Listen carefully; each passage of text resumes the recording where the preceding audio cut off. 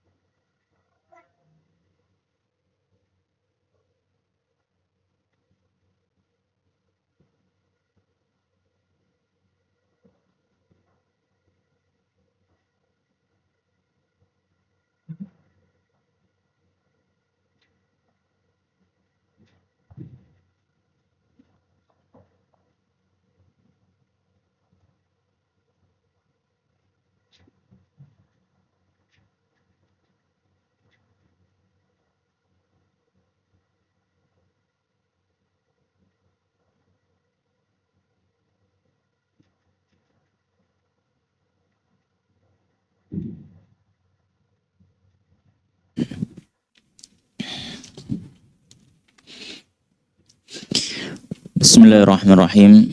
Assalamualaikum warahmatullahi wabarakatuh. Alhamdulillahi rabbil alamin. Wa bihi nasta'inu ala amrid dunya waddin.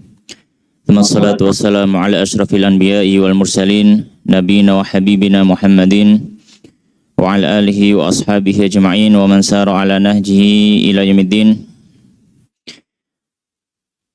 Ya ayyuhalladzina amanu taqullaha haqqa tuqatih wa la tamutunna illa wa antum muslimun. Amma ba'd. Allahumma subhanaka la ilma lana illa ma 'allamtana innaka antal alimul hakim. Wa tub 'alaina innaka antat tawwabur rahim. Allahumma faqihna fid din wa 'allimna ta'wil warzuqna al-ikhlas fil ilmi wal 'amal. Rabbi shrah li sadri wa yassir li amri wahlul 'uqdatan min lisani yafqahu qawli. Allahumma amin. Ma'asyiral muslimin, jamaah rahimani wa rahimakumullah. Alhamdulillah, kembali kita bersyukur kepada Allah Subhanahu wa taala karena pada kesempatan malam hari ini Allah Subhanahu wa taala masih memberikan kita kenikmatan untuk kembali bermajelis, berkumpul dalam rangka tafaqquh fiddin, dalam rangka mempelajari agama Allah Subhanahu wa taala, dan kita masih melanjutkan membahas kitab Fathul Qaribil Mujib, syarah matan Al-Ghayah wa Taqrib yang ditulis oleh Syekh Muhammad Ibn Qasim Al-Ghazi Asy-Syafi'i yang wafat tahun 918 Hijriah rahimahullahu rahmatan wasi'ah, yang mana kitab ini adalah kitab fikih dalam mazhab al-Imam Syafi'i rahimahullah ta'ala. Dan alhamdulillah pada pertemuan yang sebelumnya kita sudah menyelesaikan pembahasan sholat sampai akhir di pembahasan sholat, yaitu fikih perawatan jenazah yang di dalamnya ada sholat jenazah. Maka insyaallah malam hari ini kita memasuki pembahasan yang baru dari pembahasan fikih, yaitu kita memasuki pembahasan zakat. Maka dalam kitab Fathul Qarib ini beliau nanti akan memetakan pembahasan fikih zakat ini dalam beberapa pembahasan.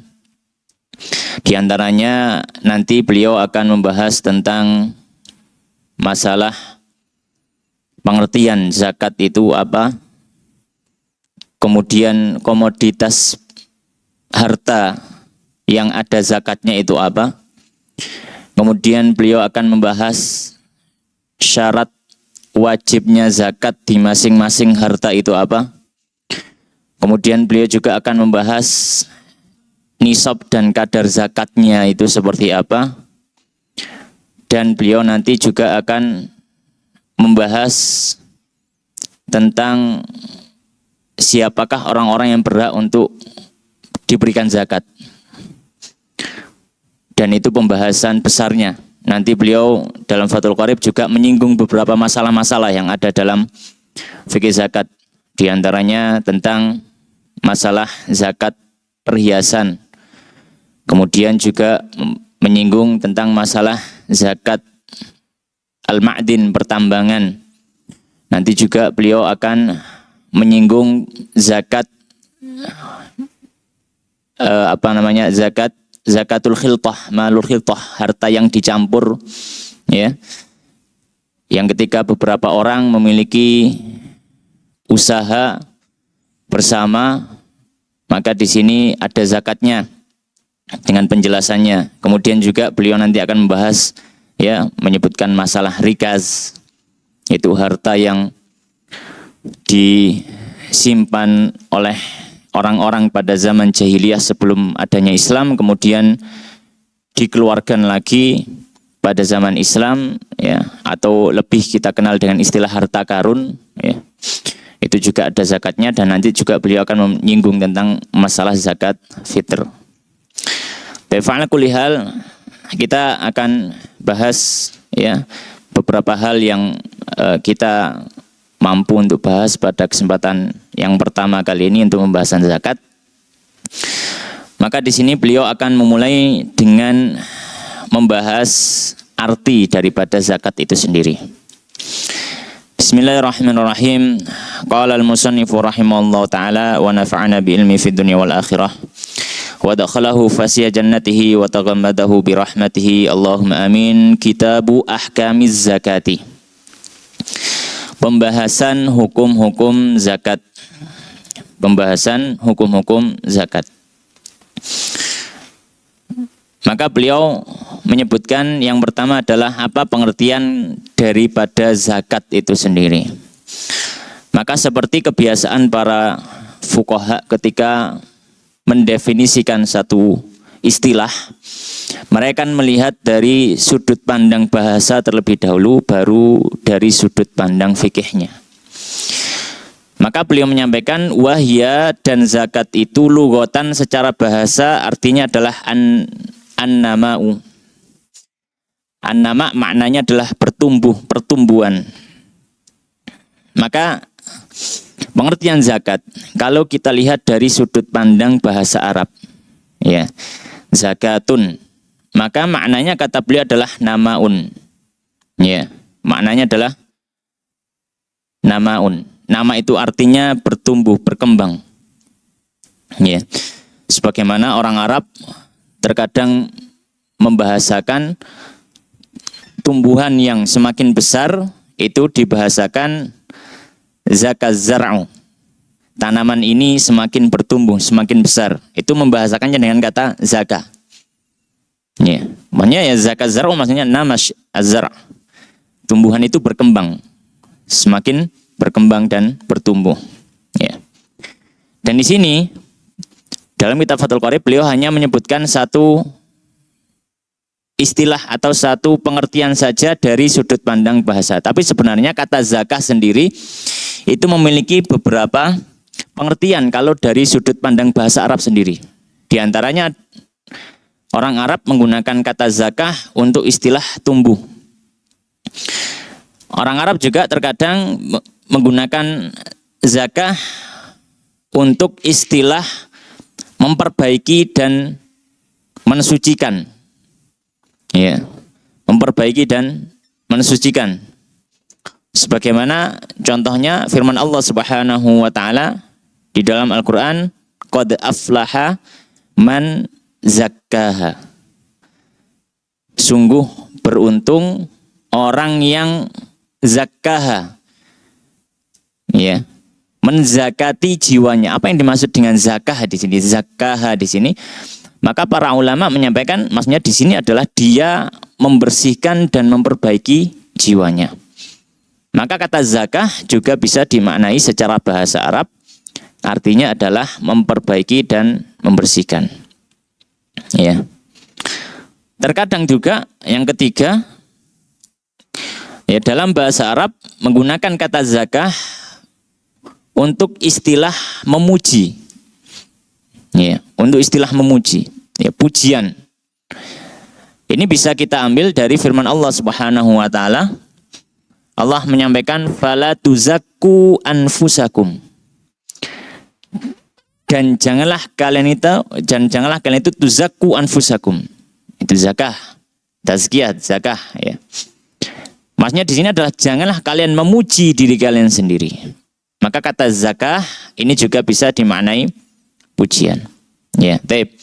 Al-kulli hal apa yang disebutkan dalam Fathul Qorib hanya satu pengertian saja dari sudut pandang bahasa Arab, yaitu an-nama yang maknanya adalah tumbuh.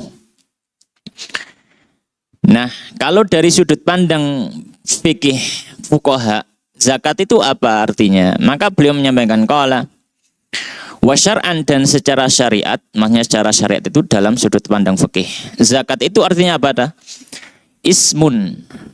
Dia adalah sebuah istilah. Zakat itu adalah sebuah istilah. Limalin maksusin, untuk harta tertentu. Zakat itu adalah istilah yang dipakai untuk zakat tertentu, untuk harta tertentu. Yukhadhu, yang diambil min malin maksusin, dari harta tertentu juga. Jadi dia itu adalah nama, zakat itu adalah sebuah nama yang digunakan untuk harta tertentu yang diambil dari harta tertentu. Ala wajhin maksusin, dengan tata cara tertentu. Ya, dengan tata cara tertentu. Wa yusrafu, dan diberikan li ta'ifatin maksusatin, terhadap kelompok tertentu. Ini zakat. Ya. Secara istilah fikih. Jadi dia adalah nama untuk mengistilahkan harta tertentu yang diambil dari harta tertentu yang ditunaikan dengan cara-cara tertentu, diberikan kepada orang-orang tertentu. Ya. Maka di sini kita tahu ketika musannif mengatakan ismun nimalin maksus, ya, zakat adalah sebuah istilah yang digunakan untuk harta tertentu. Yang dimaksud harta tertentu ini adalah kadar zakat. Ya. Kadar zakat. Ya. Maka ada kadar-kadarnya. Maka kalau zakat zakat hewan ternak misalkan, ya, ada nisabnya. Ya, onta 5 ekor baru zakat. Ya, kambing 40 baru zakat, dan seterusnya. Ya, dan zakatnya pun macam-macam. Kalau onta 5 ekor, maka dikeluarkan adalah 1 ekor kambing. Ya. Kambing 40 maka yang dikeluarkan adalah 1 ekor kambing, dan seterusnya. Ya. Baik. Kemudian untuk dari emas misalkan contohnya, ya, maka ketika sudah mencapai nisabnya dikeluarkan 2,5% atau 1/40, ya, rubu'ul ushri, ya, dan seterusnya. Dan disebutkan yukhadhu min malin maksus, yang mana kadar zakat ini, kadar harta ini diambil dari harta tertentu, karena tidak semua harta itu wajib zakat. Makanya nanti pembahasan setelah ini kita akan bahas komoditas harta yang ada zakatnya. Ya. Kemudian setelah itu beliau mengatakan ala wajhin maksus, dengan bentuk tertentu. Ya, maksudnya bentuk tertentu ini karena zakat itu ada syarat-syaratnya. Ya, ada syarat-syaratnya, ketentuannya. Tidak semua harta selama dia komoditas harta zakat maka langsung diambil zakatnya, tidak, ada ketentuannya. Ya, ada nisabnya, ada haulnya, ada juga yang enggak ada haulnya. Ya, kemudian ada syaratnya, misalkan kalau zakat hewan dipersyaratkan dia adalah hewan yang diberi makan dari makanan yang tidak membeli dengan harga yang cukup mahal. Kemudian dia juga bukan hewan yang disiapkan untuk sebuah pekerjaan, dan seterusnya. Ya, kita akan bahas nanti. Ya. Kemudian beliau menyampaikan yusrafu li ta'ifatin maksusah, diberikan kepada kelompok tertentu, dan kita tahu ada 8 asnaf yang berhak menerima zakat. Baik. Sebelum kita memasuki pembahasan yang berikutnya dari kitab Fathul Qorib, ya, saya ingin memberikan tambahan sedikit di sini. Ya. Masalah yang ingin kita sampaikan, ada beberapa masalah. Masalah yang pertama adalah tentang zakat itu terbagi menjadi dua. Ya, perlu kita ketahui bahwasanya zakat itu terbagi menjadi dua. Yang pertama ada yang namanya zakat mal.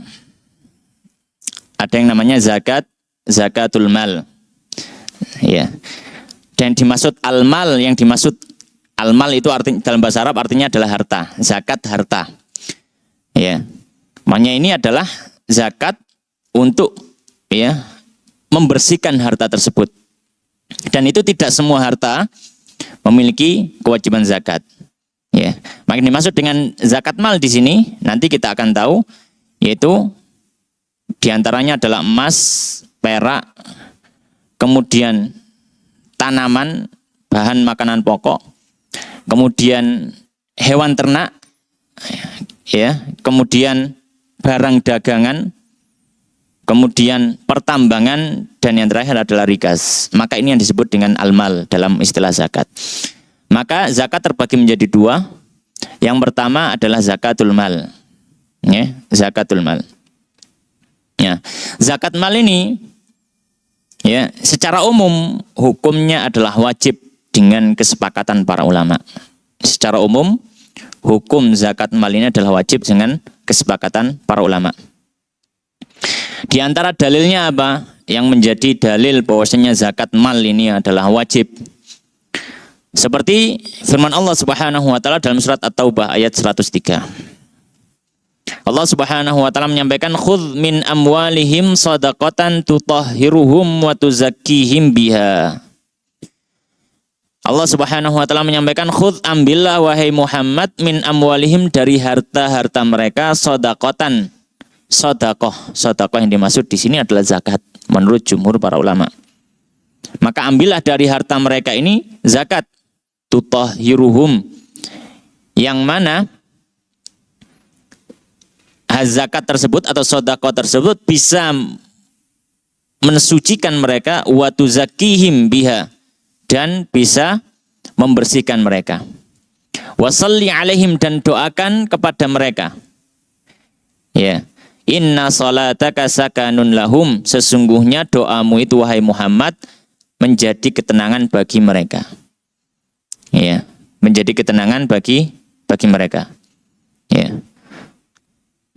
Maka di sini sebagian ulama menyampaikan, ya, jadi ayat ini menjadi dalil bahwasanya dianjurkan kalau misalkan seorang amil zakat kemudian menerima zakat dari orang lain, maka hendaknya amil zakat itu mendoakan kebaikan kepada orang yang berzakat. Karena itu juga yang diperintahkan kepada Rasulullah SAW. Ketika ada orang yang memberi zakat pada Nabi, maka Nabi mendoakan kebaikan kepada orang tersebut. Makanya di ayat ini disebutkan wasalli alaihim, dan doakan kebaikan untuk mereka. Ya, doakan kebaikan untuk mereka. Ya. Nah, Imam Syafi'i rahimahullah taala ketika menafsirkan ayat ini dalam tafsirnya beliau menyampaikan fa faradallahu azza wajal ala man lahu malun tajibu fihi zakah. Maka beliau menyampaikan, maka di ayat ini Allah mewajibkan atas orang yang memiliki harta wajib baginya zakat.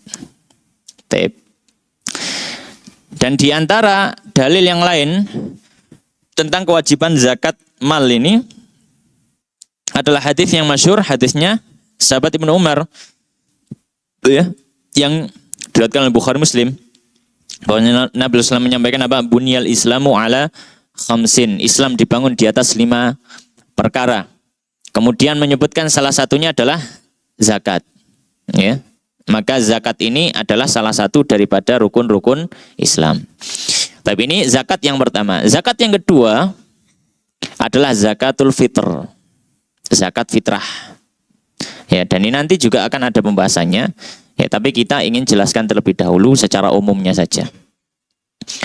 Zakat yang kedua adalah zakat fitrah. Ya. Itu zakat yang dikeluarkan, ya, dari diri seorang muslim, ya, dengan kadar tertentu yang akan dibahas di pembahasan zakat fitrah. Nah, zakat fitrah ini apa hukumnya? Zakat fitrah ini juga wajib. Dalilnya apa? Ijma', kesepakatan para ulama. Ya. Para ulama telah bersepakat zakat fitrah ini hukumnya wajib. Tidak ada seorang ulama pun yang mengatakan tidak ada kewajiban zakat fitrah. Zakat fitrah sunnah, tidak ada. Ya. Dan di antara yang melandasi ijma ini apa? Di antaranya adalah hadisnya Ibnu Umar dalam riwayat Muslim. Beliau menyampaikan anna Rasulullah sallallahu alaihi wasallam faradha zakatal fitri. Sesungguhnya Rasulullah sallallahu alaihi wasallam telah mewajibkan zakat fitrah. Ya, min Ramadan, di bulan Ramadan, ala nas, ya, atas seluruh manusia. Maka ini menjadi dalil kewajiban zakatul fitr atau zakat fitrah. Baik. Ini faedah yang pertama yang ingin kita sisipkan di sini. Kemudian masalah yang kedua menjadi tambahan faedah tentang tanggapan atau sikap manusia terhadap zakat dan hukumnya. Sikap manusia terhadap kewajiban zakat dan juga hukumnya. Maka manusia ketika menyikapi hukum zakat, ya, ketika menyikapi hukum zakat, paling tidak ada 3 model, 3 kelompok. Yang pertama, dia meyakini kewajibannya dan dia menunaikan zakat tersebut. Ya, dia meyakini kewajibannya dan dia menunaikan zakat tersebut. Maka dia adalah seorang muslim yang taat kepada Allah dan Rasulnya. Maka dia adalah seorang muslim yang taat kepada Allah dan Rasulnya. Dan dia berhak untuk mendapatkan pujian. Ya. Bahkan mendapatkan doa yang baik dari orang yang diberikan zakat tersebut. Kemudian jenis manusia yang kedua, ya, jenis manusia yang kedua menyikapi zakat ini adalah orang yang meyakini kewajibannya, tapi dia tidak mau bayar. Ya. Sebagian manusia ada yang meyakini kewajiban zakat, tapi dia tidak mau bayar zakat tersebut. Ya. Tapi dia tidak mau bayar zakat tersebut. Taip. Maka ketika model manusia yang kedua ini, jika pemimpin memiliki kekuasaan, maka pemimpin punya hak, ya, punya hak untuk mengambil harta zakat secara paksa. Pemimpin punya hak untuk mengambil harta zakat secara paksa. Ya. Dan pemimpin juga punya hak untuk memerangi mereka kalau mereka tetap menolak. Ya, kalau mereka tetap menolak. Ya. Ini jika pemimpin memiliki kekuasaan atas mereka, maka pemimpin punya hak untuk mengambil harta mereka secara paksa dan punya hak juga untuk memerangi mereka ketika mereka menolak untuk membayar tersebut, membayar zakatnya tersebut. Dan dia tetap dihukumi sebagai seorang muslim. Ya, catatannya, dia tetap dihukumi sebagai seorang muslim. Meskipun sampai derajat diperangi. Selama dia masih meyakini kewajiban zakat, tapi dia tidak mau mengeluarkan zakat karena mungkin bakhil, pelit, ya, dengan hartanya, maka itu tadi, pemimpin punya hak untuk mengambil secara paksa dan bahkan memerangi mereka kalau tetap menolak. Namun orang-orang ini dihukumi sebagai seorang muslim. Sehingga kalau misalkan terjadi peperangan antara pemimpin dengan orang-orang yang tidak membayar zakat, kemudian orang-orang tersebut tewas, tetap dirawat jenazahnya seperti kaum muslimin. Ya, tidak seperti orang kafir. Nah, landasannya apa? Bahwasanya mereka masih dihukumi orang muslim. Bukankah orang ini tidak mau melaksanakan salah satu dari rukun Islam? Ya. Di antara landasannya, ya, di antara landasannya adalah hadis yang diriwayatkan oleh Imam Muslim. Bahwasanya Nabi SAW menyampaikan, "Ma min sahibi dhahabin wala fiddah la yuaddi minha haqqaha." Tidak ada seorang pun pemilik emas dan perak yang tidak menunaikan kewajibannya. Maksudnya zakat. illa idza kana yaumul qiyamah, kecuali nanti pada hari kiamat, suffihat lahu safaih min nar, ya, maka akan dihamparkan darinya beberapa hamparan dari api neraka, fa uhmiya 'alaiha fi nari jahannam, ya. Kemudian lembaran-lembaran tadi akan dipanaskan di neraka jahanam, fayukwa biha janbuhu wa jabinuhu wa dhahru, maka lembaran yang sudah panas luar biasa tadi akan ditempelkan, ya, pada sisi tubuhnya, pada bagian depan tubuhnya dan bagian punggung tubuhnya, ya, disiksa seperti itu oleh Allah Subhanahu wa taala. Kullama baradat u'idat lahu, setiap kali semakin mendingin lempengan-lempengan tadi yang panas tadi, maka akan dikembalikan lagi menjadi panas. Jadi tidak ada dinginnya sama sekali. Fi yaumin kana miqdaruhu khamsina alfasanah, dan hari itu, ya, di hari itu satu hari ukurannya sama seperti 50.000 tahun. Hatta yuqdha bainal ibad, sampai diberi putusan antara para hamba ini, fayara sabilahu, sehingga dia mengetahui akhirnya di mana. Setelah dari neraka akhirnya di mana. Orang-orang nggak mau berzakat ini. Imma ilal jannah wa imma ilan nar. Entah dia itu masuk ke dalam surga atau entah dia itu masuk ke dalam neraka. Setelah mengalami apa? Siksaan dulu di neraka. Maka hadis ini bagian akhirnya kita lihat.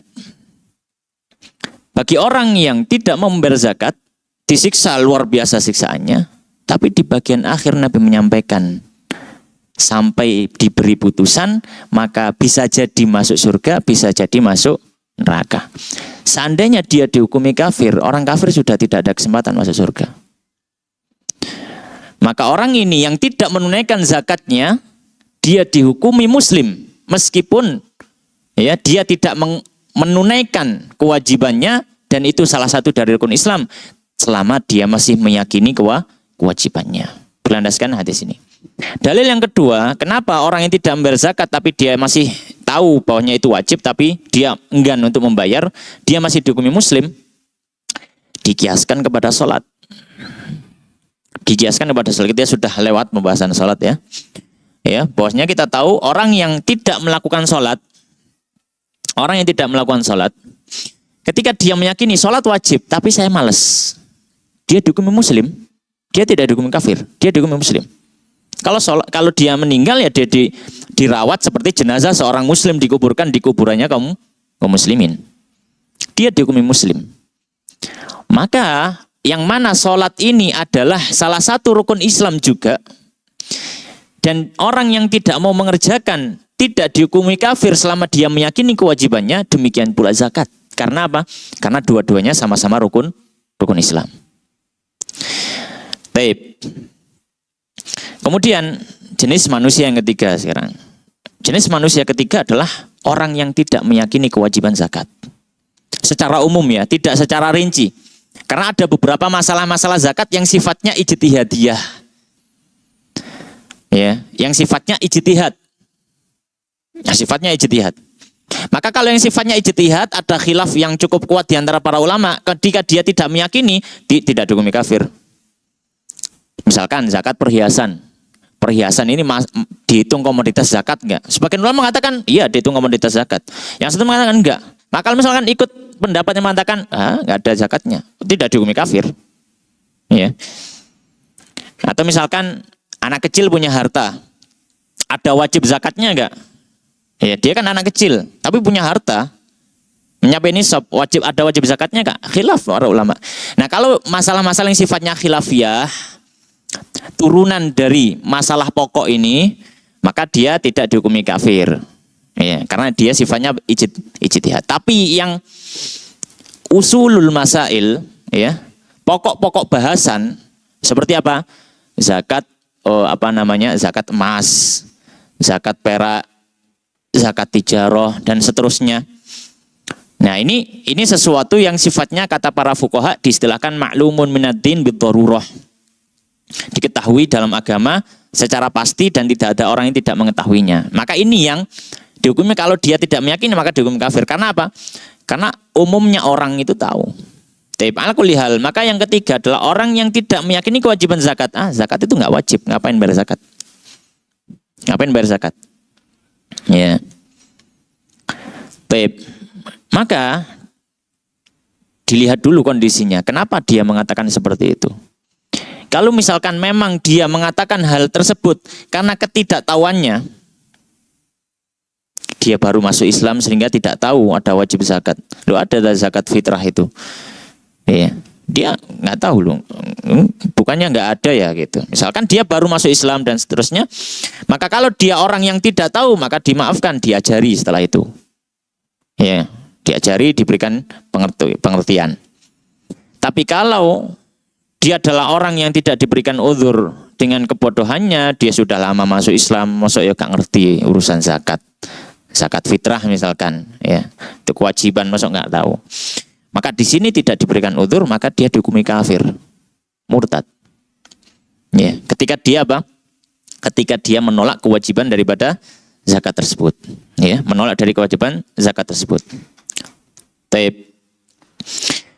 Kenapa? Karena dia adalah perkara yang sifatnya ma'lumun minad-din bidarurah, sesuatu yang diketahui oleh umumnya kaum muslimin, sehingga tidak ada pemaafan bagi orang yang meyakini tidak wajib. Seperti rukun Islam yang lain, orang yang meyakini sholat 5 waktu tidak wajib, kafir. Orang yang meyakini bahwa puasa Ramadan tidak wajib, kafir. Orang yang meyakini bahwa haji tidak wajib, kafir. Maka zakat pun demikian. Ya, maka zakat pun demikian. Ini dua masalah yang ingin kita singgung di pembahasan ini. Maka kembali ke kitab Fathul Qarib ini. Maka setelah beliau menyebutkan tentang definisi daripada zakat, masalah berikutnya atau pembahasan berikutnya yang beliau bahas di sini adalah menyebutkan harta-harta yang masuk dalam komoditas zakat. Tadi sudah kita singgung bahwanya tidak semua harta itu ada kewajiban zakatnya. Ya, tidak semua harta ada kewajiban zakatnya. Hanya harta-harta tertentu saja yang ada kewajiban zakatnya. Maka di sini beliau akan menyampaikan. Qala al-musannifu rahimallahu taala wa nafa'ana bi ilmi fid dunya wal akhirah. Tajibuz zakatu, tajibu wajib apa zakatu zakat fi khamsati asya'a, dalam 5 perkara atau 5 benda. Ya, maka di sini beliau menyebutkan ada 5 harta zakat. Ya, secara umum ya. Kalau kita perinci lebih daripada itu, tapi di sini beliau sebutkan secara umum saja. Nanti kita akan jelaskan secara rinci. Ada 5 secara umum. Wahia, yaitu yang pertama, al-mawashi, hewan. Ya, al-mawashi, hewan. Nah, kemudian dijelaskan walau abbara, seandainya beliau mengistilahkan bin na'am dengan kata an-na'am. Na'am itu juga sama-sama hewan. Mawashi hewan ternak, na'am juga artinya hewan ternak. Tapi na'am ini lebih spesifik. Na'am itu cuma 3 hewan, yaitu onta, sapi, dan kambing. Kalau mawashi semua hewan ternak. Mawashi semua hewan ternak. Ya. Tapi kalau na'am itu hewan ternak tapi cuma 3 hewan ini. Makanya beliau menjelaskan, seandainya penulis kitab Takrib itu menjelaskan dengan kata na'am, hewan ternak yang 3 tadi, lakana aula, maka lebih utama, li'annaha akhasu, karena kata an-na'am itu lebih spesifik, lebih khusus minal mawashi, daripada kata al-mawashi. Wal kalamu huna, dan pembahasan kita di sini fil akhasi, dalam harta khusus tersebut. Ala kulli hal, maka harta yang pertama yang wajib dizakati adalah hewan ternak. Maka ada zakat ternak. Namun hewan ternak yang dizakati dengan zakat ternak tidak semuanya. Hanya 3 hewan ternak saja yang dikeluarkan zakat peternakannya. Yang pertama adalah onta. Ya. Dengan semua modelnya. Onta berpunuk 1, onta berpunuk 2. Kemudian yang kedua adalah sapi. dengan semua jenisnya. Ya, dengan semua jenisnya. Mau itu sapi yang diambil dagingnya, atau sapi yang diambil susunya, atau pokoknya semua sapi. Ya, semua sapi. Semua jenis sapi. Kemudian yang ketiga adalah kambing dengan semua jenisnya. Ya, nah, tiga hewan ini dalam istilah bahasa Arab itu lebih spesifik penyebutannya dengan istilah an-na'am. Ya, dengan istilah an-na'am. Ya. Sama kalau misalkan kalau kita di Jawa, ya, ada ternak biasa, ada ternak rojokoyo. Jadi ada lebih spesifik gitu. Ya, nek PT kan buatan rojokoyo gitu ya. Mau melarat gitu PT gitu ya. Tapi ala kulli hal, ya, jadi orang Arab juga memiliki istilah tersendiri. Kalau tiga hewan tadi disebut dengan istilah na'am, jamannya an'am. Ya, maka surat Al-An'am ya itu surat yang berhubungan dengan tiga hewan ini. Tapi ala kulli hal. Zakat peternakan. Maka di sini kita tahu kalau misalkan orang itu punya peternakan kuda, tidak ada zakat ternaknya. Tidak ada zakat ternaknya. Meskipun kudanya ratusan, ya tidak ada kewajiban zakat peternakan kuda. Ya, zakat peternakan kuda. Dia punya peternakan ayam luar biasa banyak. Ya.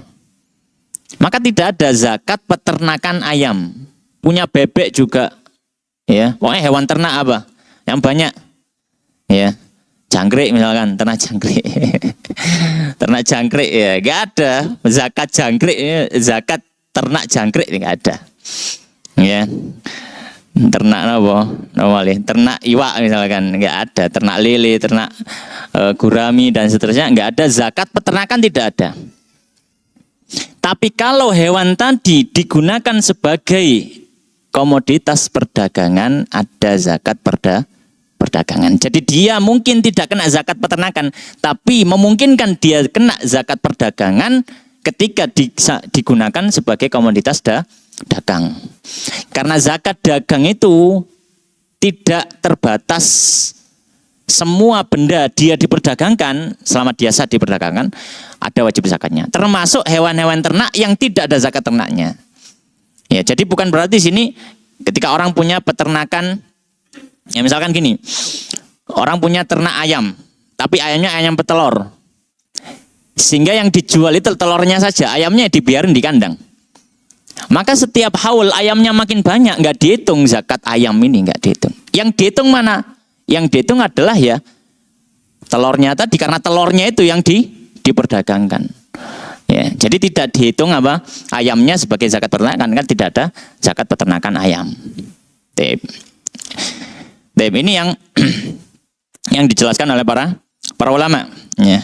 Nah, kan di sini kita nukil apa yang disampaikan ya dalam kitab Busyrul Karim disebutkan al-ibil wal baqar wal ghanam fala tajibu fi ghairiha minal hayawanat. Beliau menyampaikan maka di sini yang dimaksud dengan hewan ternak ini zakatnya ada pada onta, sapi dan kambing. Maka tidak ada zakat peternakan hewan selain tiga hewan ini ilat tijarah, kecuali kalau digunakan sebagai perdagangan. Maka ada zakat dagangnya. Nah, di antara landasan dalam hal ini ya, di antaranya adalah seperti hadis yang diriwayatkan Imam Bukhari. Misalkan dari sahabat Anas radhiyallahu taala anhu, beliau menyampaikan anna Abu Bakr As-Siddiq radhiyallahu taala anhu kataba lahu hadhi faridatu shadaqah. Pokoknya Abu Bakar As-Siddiq radhiyallahu taala anhu, beliau menulis untuknya bahwasanya ini adalah, di dalam tulisan itu disebutkan ini adalah kewajiban zakat allati faradaha Rasulullah, yang telah diwajibkan juga oleh Rasulullah SAW alal muslimin, atas kaum muslimin.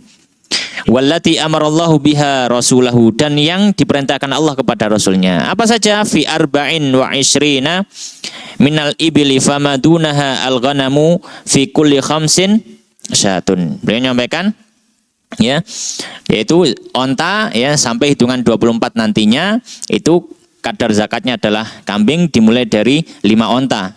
5 onta maka keluar 1 kambing. Nah, di sini ada zakat onta. Kemudian ya potongan hadis berikutnya disebutkan wa fi sadaqatil ghanam saimatiha idza kanat arba'in ila 20 wa mi'ah syatun. Dan zakat kambing ya ketika mencapai 40 hingga hitungan 120 maka zakatnya 1 ekor kambing juga. Maka ini juga ada penjelasan zakat kambing. Dalam hadis yang lain diriwayatkan oleh Imam Tirmidzi dan Abu Dawud disebutkan ba'atsani Nabi sallallahu alaihi wasallam ilal Yaman, kata sahabat Mu'adz. Nabi telah mengutusku ke Yaman fa amarani an akhudha min kulli 30 baqaratan. Ya, dan beliau memerintahkanku untuk mengambil ya dari setiap 30 ekor sapi tabi'an atau tabi'ah zakat dari sapinya. Maka di sini menjadi dalil bahwasanya ada kewajiban zakat sapi juga ya. Adapun hewan yang lain maka tidak ada zakatnya. Bahkan ada lebih penjelasan lebih jelas, misalkan dalam hadis riwayat Muslim, hadis riwayat Tirmidzi bahwasanya Nabi sallallahu alaihi wasallam menyampaikan laisa 'alal muslim fi farasihi wala fi 'abdihi shadaqah. Tidak ada zakat bagi orang yang punya kuda ataupun punya budak. Enggak ada zakat kuda, enggak ada zakat budak ya. Jadi hewan-hewan tadi 3 hewan itu adalah batasan. Kemudian zakat yang kedua ya, harta yang kedua beliau mengatakan wal asman ya, dan alat tukar atau mata uang. Ya, wa urida biha yang dimaksud di sini ya, al-athman di sini yang dimaksud wa urida biha dan dimaksud dengannya adalah adz-dzahabu wal fiddah, yaitu emas dan perak. Maka yang kedua adalah zakat emas perak. Zakat emas perak. Dan karena emas perak itu pada zaman dahulu adalah mata uang, maka biasanya diistilahkan dengan zakat mata uang. Ya. Tapi yang dimaksud di sini adalah zakat emas dan perak. Meskipun dia bentuknya bukan mata uang, ya, meskipun dia bukan mata uang. Intinya, yang kedua yang termasuk harta zakat adalah zakat emas dan juga perak.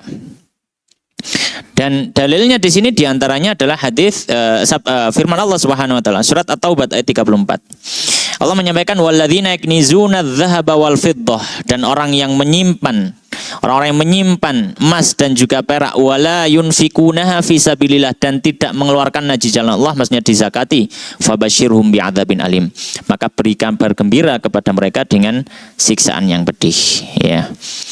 Maka disebutkan dalam tafsir Jalalain misalkan ya, disebutkan di situ ay la yu'adduna minha haqqahu minaz zakah, yaitu mereka tidak menunaikan zakat dari emas dan perak ya. Maka dari sini kita tahu termasuk komoditas harta yang ada wajib zakatnya adalah emas dan perak, dan dikiaskan kepada emas dan perak adalah mata uang. Dikiaskan kepada emas dan perak adalah mata uang. Ya. Maka mata uang ini ataupun emas perak ketika dia tersimpan dan seterusnya dan sudah mencapai 1 haul, maka ada kewajiban zakat dengan perincian yang akan kita jelaskan pada pertemuan-pertemuan berikutnya nanti. Mungkin adzan terlebih dahulu nih karena sudah masuk Isya.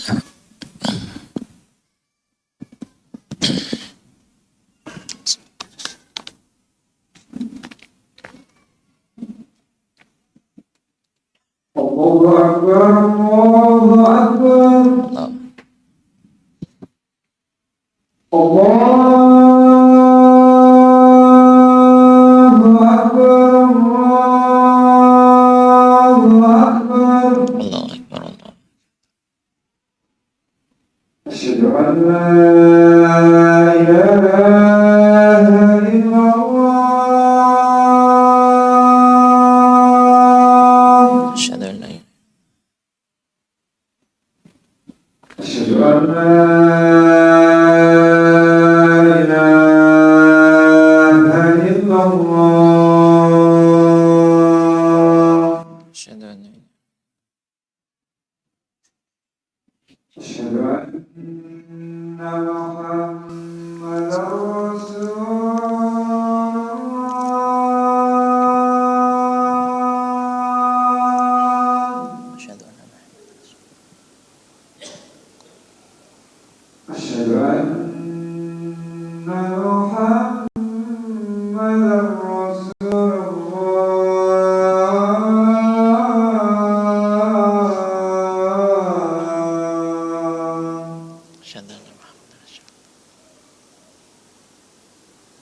حي على الصلاة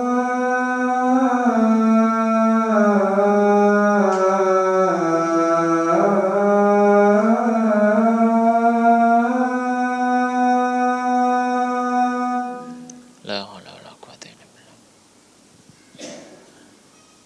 حي على الصلاة La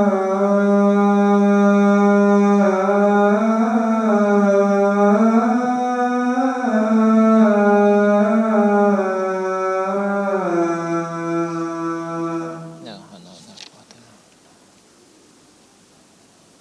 حي على الفلاح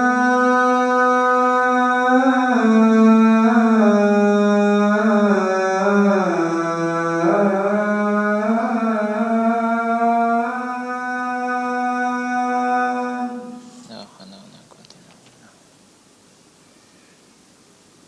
حي على الفلاح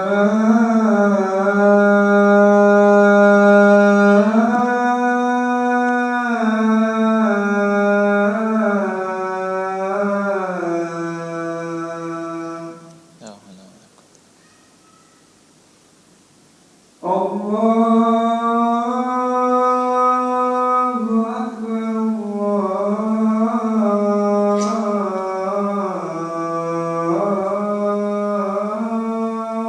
الله أكبر Allahu akbar.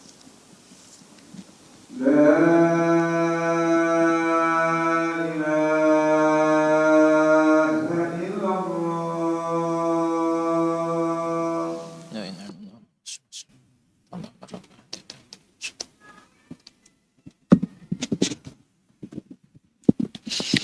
Baik, kita lanjutkan.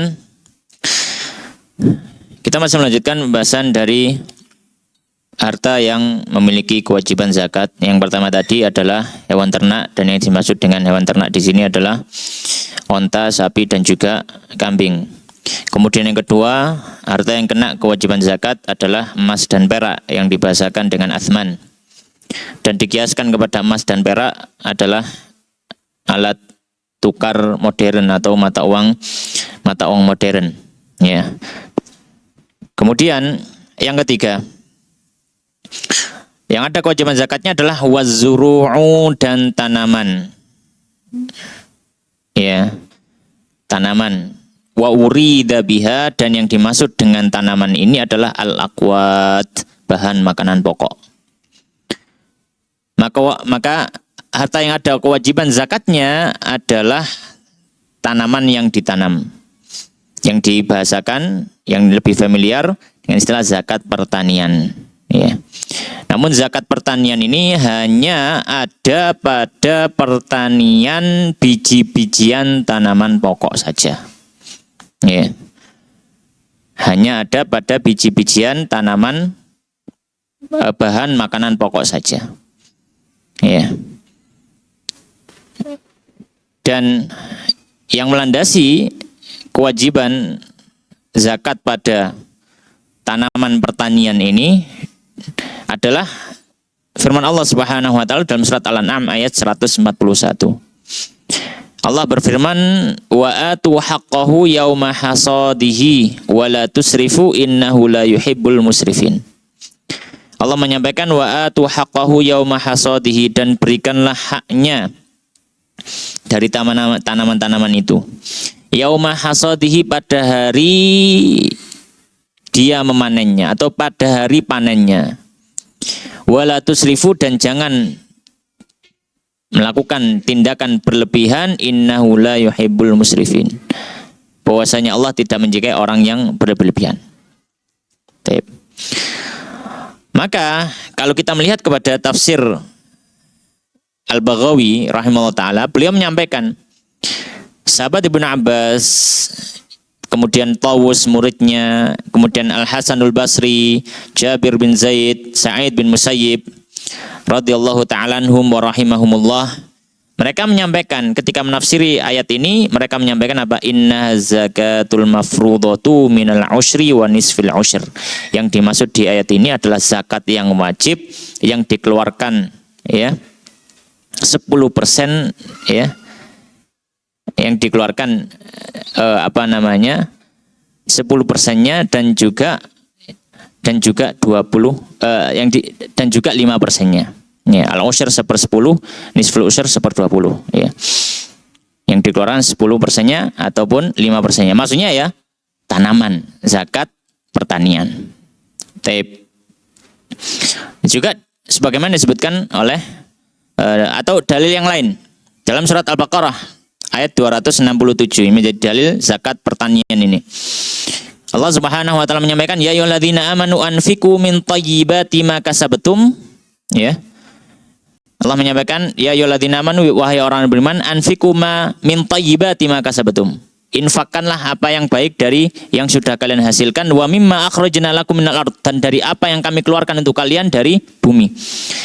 Maka Imam Ibnu Asyur rahimahullah ta'ala dalam tafsirnya beliau menyampaikan bima ukhrija minal ard, yang dimaksud dengan firman Allah yang dikeluarkan dari bumi adalah az-zuru' wathimar, yaitu tanaman pertanian dan juga buah-buahan. Faminhum ma yakhruju bi nafsihi wa minhum ma yu'alaju bi asbabihi ya. Maka ada yang keluar dengan sendirinya, ada yang perlu perawatan secara khusus. Intinya dia adalah zakat pertanian. Dan zakat pertanian dimaksud adalah bahan makanan pokok dari biji-bijian.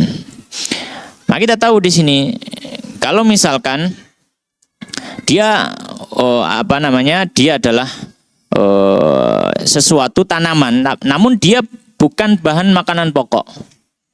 Dia bukan makanan pokoknya. Ya. Dia bukan makanan pokoknya. Misalkan apa? Sayur-sayuran. Sayur-sayuran bukan makanan pokok. Ya.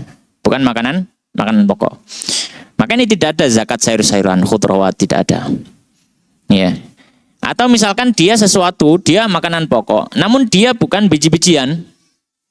Misalkan ada orang yang makanan pokoknya daging misalkan, maka tidak ada zakat dagingnya ya. Atau misalkan kalau daerah-daerah timur makanan pokoknya adalah sagu. Ya, sagu kan batang pohon. Ya. Maka ini nggak ada zakat sagu. Ya. Untuk pertanian sagu misalkan kemudian ada zakat sagunya tidak ada. Kenapa? Karena meskipun dia bahan makanan pokok, dia bukan biji-bijian. Maka yang dimaksud dengan tumbuhan pertanian yang ada wajib zakat pertanian adalah biji-bijian yang merupakan bahan makanan pokok. Ya, seperti apa contohnya? Ya beras, kemudian jagung, kemudian gandum dan semacamnya ya, dan semacamnya. Kemudian dan ini tidak harus makanan pokok negeri itu, beda dengan zakat fitrah. Kalau zakat fitrah yang dikeluarkan kan makanan pokok daerah itu. Tapi kalau dalam masalah zakat, meskipun orang situ nggak makan itu, misalkan di Indonesia terus nanam gandum, orang Indonesia nggak makan gandum, tapi tetap ada wajib zakat karena itu jadi bahan makanan pokok di negara lain. Jadi di sini mencakup bahan makanan pokok untuk manusia secara umum, tidak harus di daerah tertentu. Oleh karenanya beliau menyampaikan di sini wa urida biha lakuat, yang dimaksud di sini adalah bahan makanan pokok. Kemudian yang keempat adalah wathimar dan buah-buahan. Ya, dan buah-buahan. Nah, yang dimaksud dengan buah-buahan di sini, zakat buah itu yang ada zakat pertaniannya, pertanian buah itu hanya buah kurma dan buah anggur. Buah selain keduanya tidak ada zakat pertaniannya. Buah selain keduanya tidak ada zakat pertaniannya. Alasannya apa yang disampaikan oleh para fuqaha? Karena ya, yang pertama adalah dalilnya dulu. Dalilnya apa kalau ada zakat buah kurma? Dalilnya adalah sabda Nabi SAW dalam hadis yang diriwayatkan oleh Imam Bukhari. Nabi menyampaikan laisa fima duna khamsati ausukin minat tamri sadaqatun. Tidak ada pada kurma yang kurang dari 5 wasak zakatnya, tidak ada zakatnya. Kurma yang kurang dari 5 wasak. Kemudian dari hadis ini para fuqaha menyampaikan ya, Kenapa kurma ini ada kewajiban zakatnya? Bukan semata-mata karena dia buah, tapi karena dia bahan makanan pokok di zaman itu. Di zaman Nabi orang makanan pokoknya salah satunya adalah kurma. Maka anggur juga dimasukkan. Kenapa? Karena salah satu bahan makanan pokok di zaman Nabi adalah kismis. Kismis itu anggur kering. Itu sempat jadi bahan makanan pokok meskipun sekarang sudah enggak jadi bahan makanan. Seperti kurma juga dulu sempat jadi bahan makanan pokok, sekarang sudah enggak. Tapi zaman Nabi itu bahan makanan pokok. Ya, 2 buah ini. Adapun buah yang lain maka tidak menjadi bahan makanan pokok sehingga tidak ada kewajiban zakatnya. Maka orang yang bertani buah-buahan melon atau yang semacamnya, maka tidak ada zakat pertanian. Dan ini sama juga dengan zakat ternak tadi, meskipun dia lepas dari zakat pertanian, bisa jadi dia kena zakat perdagangan ketika buah tadi diperdagangkan. Ya, tapi nanti ngitungnya model zakat perdagangan, bukan ngitungnya model zakat pertanian. Kalau bedanya apa? Salah satu yang paling menonjol, kalau zakat perdagangan pasti ada haul. Kalau zakat pertanian maka nggak ada haul, setiap panen dihitung. Ya, setiap panen apa? Dihitung. Ya, tapi di sini kita sampaikan, selama dia buahnya itu bukan kurma dan anggur, tidak ada zakat pertanian. Ya. Tapi mungkin ada zakat perdagangan. Kemudian yang terakhir, wa'urudut tijaroti, dan barang-barang dagangan. Dan dimaksud dengan barang dagangan ini adalah semua barang yang sah diperjualbelikan. Termasuk juga hewan-hewan yang tidak masuk zakat peternakan dan tumbuhan-tumbuhan ini tidak masuk zakat pertanian. Ketika diperdagangkan maka ada hitungan zakat perdagangan. Ya, nanti kita akan bahas secara lebih rinci. Di antaranya dalilnya apa? Pokoknya ada zakat perdagangan. Dalilnya adalah firman Allah dalam surat Al-Baqarah ayat 267. Allah Subhanahu wa taala menyampaikan, ya ayyuhalladzina amanu, wahai orang yang beriman, anfiqu min thayyibati ma kasabtum. Keluarkanlah apa yang baik dari apa yang sudah kalian dapatkan. Ya. Disebutkan ya sebagian tafsir seperti tafsir Ibnu Asyur. Ya, sebagian ulama menjadikan ayat ini dalil wajibnya zakat perdagangan, yaitu apa? Min thayyibati ma kasabtum, dari hal baik yang sudah kalian hasilkan. Ya, maksudnya adalah perdagangan, maka di sini ada zakat perdagangan. Wa sayati kullun, dan akan datang setiap minal khamsati, dari 5 barang tadi, 5 zakat tadi, mufassalan, penjelasan rincinya. Kita akan bahas di pertemuan berikutnya, dan mungkin kita akan tambahi sedikit ya di luar dari apa yang ditulis dalam Fathul Qorib ya. Tapi sebenarnya juga nanti akan dibahas, tapi tidak dimasukkan di awal sini, yaitu yang ke-6. Ada yang disebut dengan zakat pertambangan, zakatul ma'din, zakat pertambangan ya. Dan zakat pertambangan ini dalilnya juga sebagian ulama menggunakan dalil surat Al-Baqarah ayat 267, di mana Allah menyampaikan wa mimma akhrajna lakum minal ard. Itu juga sebagian ulama menggunakan dalil itu. Ya. Tapi para fuqaha juga berdalil dengan kias ya. Ya, berdalil dengan kias, atau bukan berdalil dengan kias, berdalil karena dia masuk dalam kategori emas dan perak. Dalam artian gini, zakat pertambangan yang ada zakat pertambangannya itu hanya emas dan perak. Pertambangan emas dan perak.